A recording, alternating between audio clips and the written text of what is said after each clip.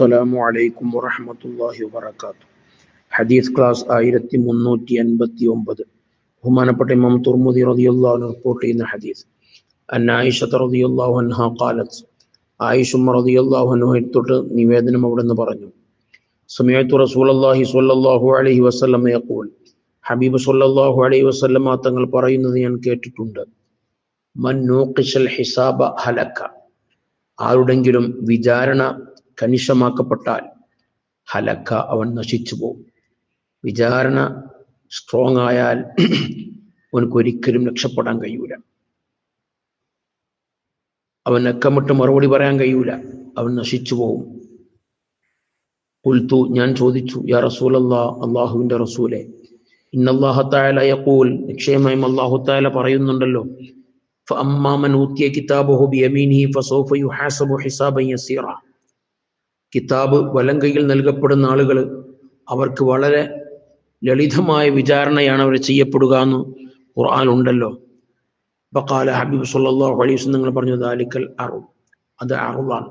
അഥവാ മുഅ്മിനായ മനുഷ്യൻ, കിതാബ് വലങ്കയിൽ നൽകപ്പെട്ട ആള്, അവരുടെ നന്മകളുടെ ആധിക്യം കൊണ്ട് തിന്മകളൊക്കെ മായ്ച്ചു കളയും. അപ്പം അത് അവർക്ക് ബോധ്യപ്പെടുത്തി കൊടുത്ത്, അവരുടെ തിന്മകളും എല്ലാം അവർക്ക് ബോധ്യപ്പെടുത്തി കൊടുത്ത് അല്ലാഹു തആല വിചാരണയില്ലാതെ അവരെ സ്വർഗത്തിൽ കടത്തും. അതാണ് ഹിസാബുൻ യസീർ എന്ന് പറഞ്ഞാൽ, ലളിതമായ വിചാരണ എന്ന് പറഞ്ഞാൽ. അപ്പൊ ഈ രൂപത്തിൽ വിചാരണ കൂടാതെ സ്വർഗത്തിൽ കടക്കുന്ന വിഭാഗത്തിൽ നമ്മൾ പെടണം. അതിനാത്മാർത്ഥമായി നമ്മൾ ദുആ ചെയ്യണം. നമ്മളൊക്കെ വിചാരണ കണിശമാക്കപ്പെട്ടാൽ ഒരിക്കലും നമുക്ക് രക്ഷപ്പെടാൻ കഴിയൂല. കാരണം അതിന് മാത്രം അമലുകൾ നമ്മുടെ കരങ്ങളിലില്ല. അപ്പൊ അള്ളാഹുവിന്റെ ഔദാര്യം കൊണ്ട് നമ്മൾ രക്ഷപ്പെടണം. അതുകൊണ്ട് നമ്മൾ എപ്പോഴും ദുആ ചെയ്യണം. ആ ഒരു കടമ്പ മറികടക്കാൻ കഴിയണം, എന്നാലേ നമുക്ക് രക്ഷപ്പെടാൻ കഴിയുള്ളൂ. കഴിഞ്ഞ ഹദീസിൽ പറഞ്ഞല്ലോ, ഓരോന്നും ചോദിച്ച് മറുപടി പറഞ്ഞിട്ടല്ലാതെ മുന്നോട്ട് പോകാൻ കഴിയൂല. അപ്പൊ അതിൽ നിന്ന് രക്ഷപ്പെടണം. അതിന് വിചാരണ കൂടാതെ നമ്മളെ തിന്മകളൊക്കെ മായിച്ച് പകരം യുബദ്ദിലുല്ലാഹു സയ്യിആതിഹിം ഹസനാത്ത്, അവരെ തിന്മകളൊക്കെ മായിച്ച് നന്മകൾ പകരം എഴുതി വിചാരണ കൂടാതെ സ്വർഗത്തിൽ കിടക്കുന്ന വിഭാഗത്തിൽ നമ്മൾ പെടണം. ഇതിനെല്ലാവരും പ്രത്യേകം ദുആ ചെയ്യണം.